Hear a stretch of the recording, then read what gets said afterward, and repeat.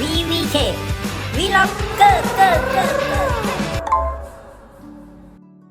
ใบดีเนาะใบดีทุกคนตอนนี้เราอยู่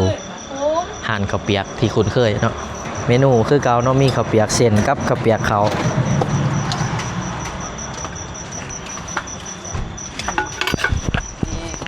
ไข่อยู่ฝนบ่ตกเนาะไข่ฝนตก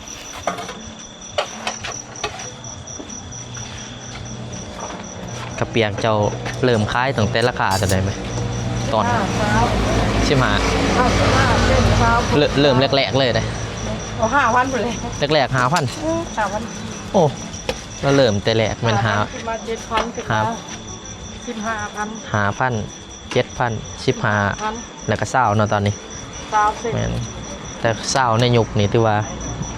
บ่แพงเลยเห็นไหมมาชุดนี้หารแม่แล้วอัปเกรดใหม่ราคายังใหม่บัดตามสังคมเอากด30แล้วก็เนาะเอากินกระเปียกเขาเนี่ยเตียวเนี่ยข้าวไข่2หน่วยโอ้ใส่ไข่2หน่วยก่อนนี่มะกอกน้ำเนาะวิธีปรุงสูตร LVK ขั้นตอนแรกใส่บ่ใส่บักเผ็ดเป็นบักเผ็ดป่นเห็นไหมฮะเอาเผ็ดยังเผ็ดเจียวเอาบักเผ็ดเจียวโอ้เหี้ยใส่ลายโอ้โบราณปานใดโอ้ใส่หลายโพดได้อยู่เผ็ดแท้แล้วก็น้ำตาลโอ้ยเดี๋ยวหลายประดานแฮวต่อไปแมนมะกอกมัดใส่3อย่าง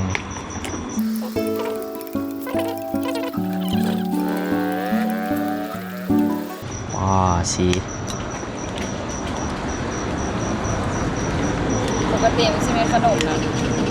เขามากินอาหารนี่แม่เริ่มเปิดประมาณ3 โมงเช้าแล้วเปิดแล้วเนาะทุกคนก็น่าจะเห็นไลน์แล้วอยู่ในคลิปของเคนายพีกับทายเนาะไอ้กบทายนี่ชื่อหาคลิปเนี่ยอาหารนี้ต้นแรกนะข้าวบูหูเด้ทุกคนหูว่าไปบอก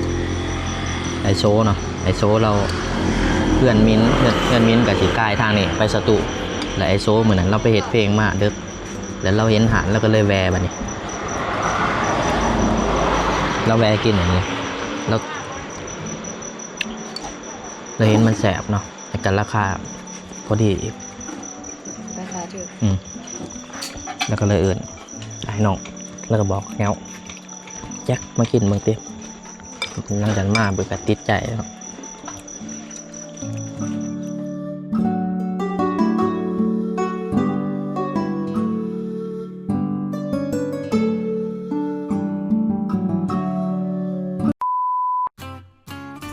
เบิดเนาะทุกคนเนาะ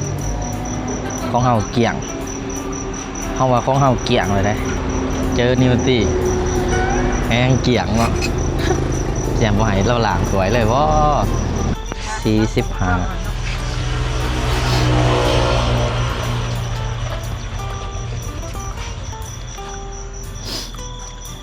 สังกัดอยู่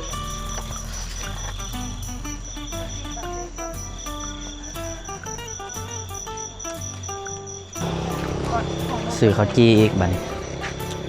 เขาที่อย่างลูกจะซื้อข้าวจีเอ้ยข้าวจีแซ่บเด้อมาเด้อมาบนนี้กินข้าวเปียกแล้วก็มีข้าวจีอีกเนาะข้าวจีปาเต้ก่อนจะได้ไหม15,000 กีบไล่เนี่ยโอ้ยเขาขายให้ปังๆมาดูไผที่มาแถวนี้เนาะแถวน้องแตงบอกหน้าวัดกู้ภัยหน้าเราข้างวัดกู้ข้างกู้ภัยข้างกู้ภัยข้างหานกับเปียกเลยนะข้างฮะกู้ภัย1623เอาให้รู้อีกก่อนนึงเป็น3เหรอบอก2ก่อนอาจจะสั่งยังไงคอยสั่งก่อนน้อยสิบ่เอาก่อนใหญ่แล้วให้เราปาดครึ่งเอาก่อนใหญ่ปาดครึ่งของลูกได้หรอวะได้แล้วเอาควรนะของน้องเพิ่นตัวนี้แยกกันเลยบ่คนละก้อนกินไงแมนได้เอากินหมูนะโอ้จังกันคนละก่อนด้วยคนละก้อนโดย ก่อน15,000อันนี้ก่อนเท่าไหร่ นี่30อันนี้ก่อน30เนาะ ทำใส่นมใส่เลยเรา15มันกีบเนี่ย เอาคนนี้เลย ใหญ่แล้วก็ปาดเครื่องจะขายนี่จักปีแล้วไหม โอ้ยได้10เลยได้ลูก10ปลาย 10ปลายปี ขายแต่ประเต้ก้อนนึง15,000กีบเลยลูก ตั้งแต่ประเต้ก่อน5,000เดี๋ยวนี้15,000เนาะเราต้องปรับตามอันนี้เนาะ ปากยังใส่หลายปากยังใส่ ใส่บ่บักแตงเลยลูกใส่บ่ตัว ใส่ไหม โอ้ยเดี๋ยวเป็นใส่อยู่ แม่กับปักเซ่เลยเนาะ แม่สะพายเห็นดิ แม่สะพาย สะพายบ้านสะพายโพไซสะพายบ้านอยู่ พอละฝากลง อยู่ขามครัวไป ใส่ มั้ หมด แม่นบอกว่า ที่ข้างขั้นบ้านอยู่ละข้ามขัว โอ้ลูกค้า ทางแบ่งสะพายยังบ่ฮอดคิวรถ ลูกค้าก็มาจากปักเซ่นี่ลงเมื่อนั้นเดือนปลาย ไปเฮ็ดหยัง ไปถ่ายคลิปไปเฮ็ดนั่นเฮ็ดนี่กัน โอ้ยแม่นว่ะ แม่น ถ่ายให้ข่อยนิดดิข่อยต้องฟังนิดดิเนี่ย เออ บ่ เดี๋ รู้ ยว ตัวนี้ก็เนี่ยบ่ ขันสมุดหลังจากถ่ายนี่ มีแตะปัดเครื่อง แขกมาหลายนี่มันอันนั้นเด้ เป็นไดขายดี ขายดีได้นี่ ก็สิให้กินอยู่เนาะ โอ้ มาทาย มาอุดหนุนเอาละ โดยโอ้ยช่วงเพิ่นนี่มาเรื่อยบางหันโอ้ยคันละมาหัวหน้าเพิ่นมานี่ อืม มา ทุกคนน่าจะบ่ฮู้ว่าเราว่าขันหัวหน้าเพิ่นมาเป็นไผเนาะไอโซเนาะไอโซมานี่เราขายมานตลอดเนาะ เด้เอาใส่ แล้วแต่หลังจากนั้นเราก็ถามหาไอโซเลยว่า เด้ใส่ตอนหลายๆเอายังให้เพิ่นดูรู้นี่ โอ้เราตื่มใหม่เนาะ ปันนี่เด้ออันนี้แยกซอสดึงนี่ลูก แม่นบ่ อันนี้30 แต่ว่า ป๊าด ตัดเครื่องเลยเด้อ โดย ของลูกฟังนี่ ใหม่ๆก็พวก ปอดคือใส่ร้ายใช่ไหมจะได้สิกินเบิดนี่ เราแถม คือบ่แถมนี่ลูกทำนี่แหละลูก ซ้ำนี่เลยปะโอ้ปกติเป็นซ้ำนี่เลยเนาะ30 แม่ลูก อ้าวทุกคนคางนี่เด้อ 2 โมงพุ่นเลยลูก คางปูไข่หน้าเหล่าเนาะแถวน้องแตงเส้นน้องแตง น้องเรียนน้องเต้ มาเลยเนาะ เปิดแต่2 โมงกลางคืนบ่เปิดแต่วันอาทิตย์ลูก เดี๋ยวได้หาดเล่าเลยเด้อนี่เนาะทางนี่เส้นนี่ข้างขางเป็นหานข้าวเปียกเนาะ ได้เงินดอกแม่นว่าใส่เงินเด้อเดี๋ยวเสร็จคนรอเด้อรอแล้วก็หมดตังค์บ่เป็นปัญหาเลยแล้วก็ม้วนพอบ่เจียวถูกอย่าได้บ่ลูก พอแล้วไหมจะเริ่มขายแต่จะโมง2 โมง 2 โมงกลางคืน พอ เลย แล้วบ่ใส่เจลอยู่ไหนมันจังคือ โอ้ เจล 2 โมงบ่ขายแต่วันอาทิตย์ลูก บ่ขายแต่มันติดเนาะครับ แม่ลูก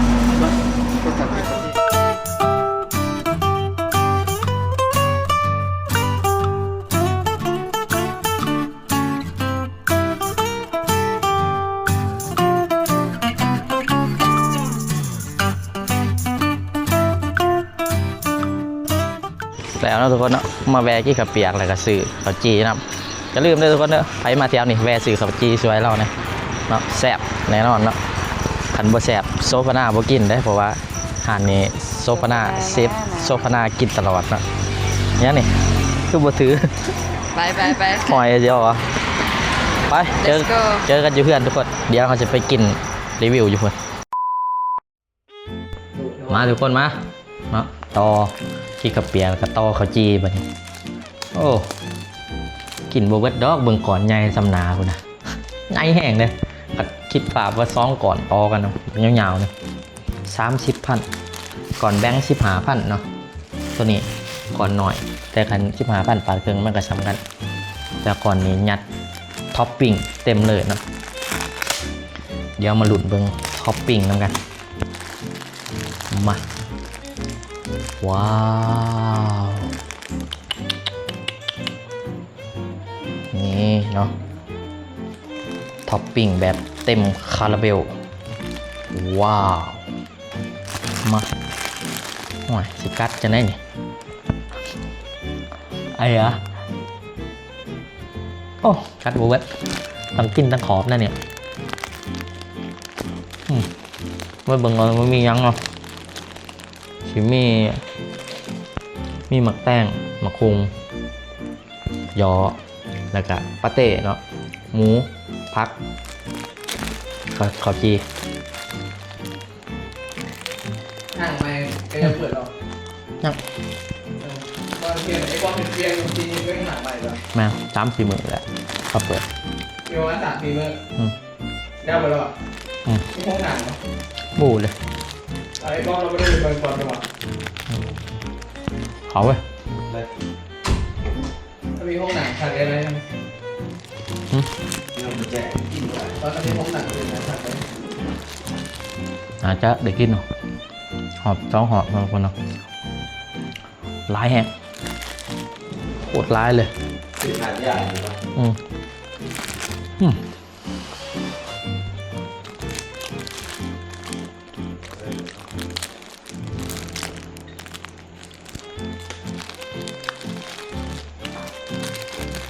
ก่อนใหญ่พอกัดบูเวต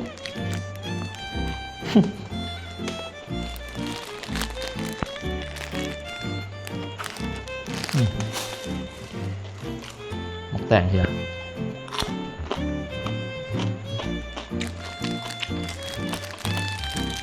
ไม่ใช่คลิปป่ะมาตีเอาอันนี้อ่ะ ยังอยู่เว้ยไม่ใช่หรอกเอาเลย กินยังเหมือนนี่ นี่ป่ะ อืม นี่ป่ะ ไปเขามึงตัวนี้ กินนะกินเลยไส้กรอกนะครับส้ม อ๋อโอ้หนาจะบูเวตดอกคุณสองตั้ง อันนี้เราไม่เกี่ยวมาสิวันไป1 วัน อืมโอ้ไล่เลยคนเนาะ ชื่ออีกแล้วล่ะ คือแต่ก็ไล่ยุกนี่เขาวเปียกกับตัวไอ้เศร้าเนาะ เขาเปลี่ยนเป็นซาวกระถิ่นเพื่อนเรื่องเรียน แม่นเราเริ่มขายตั้งแต่5,000มาเกลือเปียก มอด1 เดือนเท่านั้น ข้าวเปียกเราเริ่มขายตั้งแต่5,000 7,000 10,000 15,000 ตอนนี้เศร้าเนาะเพราะว่าขึ้นตามเรทเงินเด้เรทเงินเปลี่ยน 9 เซนเนาะ แต่ว่า20,000ในยุคนี้ถือว่าหายากแพงเขากินเมื่อกี้นี่ข้าวเปียก2 คนเบิด45,000มันมีไข่นำเนาะ45,000คันอยู่ในเวียงนี่ได้แต่ถ้วยเดียวเด้ได้แต่ข้าวเปียกถ้วยเดียวเนาะ ไม่ใช่เราควรหาดิบ แมนมันเดี๋ยวนี้หายากแห่งหาที่อันนี้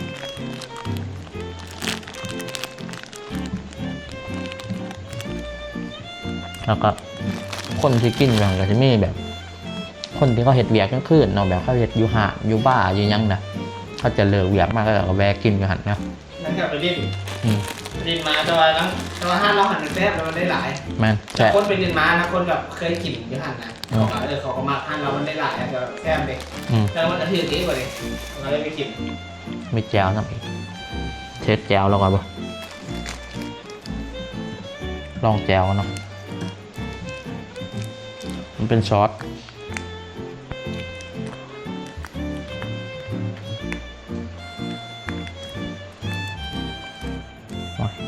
มัดแนนใช่ปะซอสเนี่ย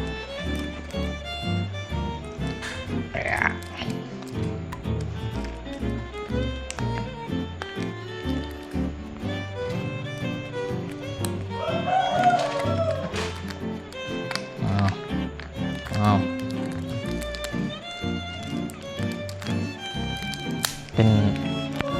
มันเป็นแจวซอสกระจอกน่าจะปรุงเลยเนาะมีมะเขือนำในนี่เป็นซอสแตงเบิ่งเป็นอย่างนี้ลองโหยหน่อยเดียวก่อนโหยบนมือเทสก่อนก็ที่ประเทศเนี่ยคนเบียดให้แซ่บ แม่กูขายข้าวจีได้แต่ก่อนแต่ก่อนแม่เขาขายข้าวจีเนาะ ผมเคยกินของเบียดแซ่บเนี่ยเขาเบียดให้แซ่บเองที่ประเทศ ก็ยังหน่อย ต้นตำรับเนาะ แม่ แต่ที่ไม่ใช่ แม่เราขายข้าวจีอยู่ตลาด ไปสตรีทฟู้ด เท่ากับขายน้ำเราเนาะเท่ากับไปน้ำเรา การพวก ขายอยู่ตลาดอัตตปื้อแม่ขายข้าวจีฝนตกเขาก็เอาเสือกันฝนมาขายอันละ5,000เสือนุ่งเลยทิมเลิศเนาะเสือน้อยๆเนาะ ยีดานนะเนาะ ฮะ แบบยีดาน แมนเสือแบบนั้นแหละตั้งกับแม่แล้วก็ข้าวจีแล้วแล้วก็ใหญ่มากเบิ้ลแล้วดูกาดแล้วก็มาขายบักใหม่เนี่ยขายบักใหม่เจออะไรเมื่อนั้นขายบักใหม่หอนดึกประมาณ11 โมงแหละหนูหล่อเมื่อกับแม่ฝนตกนะก็หนูเขา เสียงลงเดินก่อน มา11 โมงคืนอ่ะ วันนี้ฝนตกแห้งรถวิโก้ถอยออกมาต่ำหล่อมาเกี่ยงเลียสาที่หลอกแลนกับเก็บมาเกี่ยงอยู่ได้อันนั้นเนาะฝนตกแล้ววันนี้พอใหญ่มากเฮียนของเดียวกับอันนั้นก็เลยถูกว่ารถใหญ่ขนาดเป็นรถของพอหมูกู ก็เลยบอกว่าตอนนั้นพร้อมถอยรถต่ำรอแม่กูเด้อมาไว้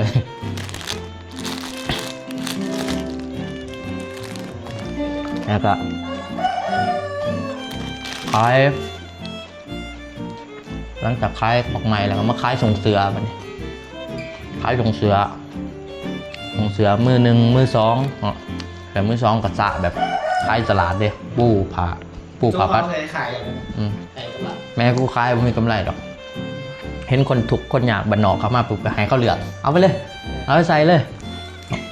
มาเก็ตบุญเนาะเป็นคนมาเก็ตบุญป้าไว้ตั้งซองเนาะกินเดี๋ยวน้อยเดียวนึงร้ายแห้งนะทุกคนเนาะมันได้ร้ายผดเพื่อเป็นน้ำเขากินเขาแหลววะถ้ากินข้าวเปียกบัวก็กินข้าวเปียกไงเนาะมา เปิดเจ้าทีมนะ เกตน้อยคนเนาะคลิปมากกว่าสิประมาณนี้เดี๋ยวมียังมวนติดท้ายทุกคนบางอีกเนาะยังตามไปได้ยังอย่าลืมติดไพ่ติดเบอร์ติดตาม2มิสเตอร์แบงค์ไปติดตามเลยเด้อตอนนี้กำลังเจ็บพัวอยู่คิดคอนเทนต์มาออกเนาะอยู่ปากเซ่มีคอนเทนต์ถ่ายตลอดเนาะมานี่คิดบออก ก็ขั้นมาที่ท้ายมันจะถ่ายได้แล้วมันไก่นะ อยู่ใส่เพื่อน ยูเวียงนะ อ๋อ ไปหั่นไปดีมันไก่นะ มึงจะไปวันละทำกูมือ ไม่ใช่ ดำหน้าทางขางนี่ จำนายไม่ใช่ เอาหน้าอยู่ขางดิตอนเสาร์เห็นก็จะดำหน้าอยู่ ไม่คอดำนะเว้ยใช่ป่ะ เป็นขายตรงหน้าก็รอแล้ว โอเคทุกคนเนาะเจอกันคลิปต่อไป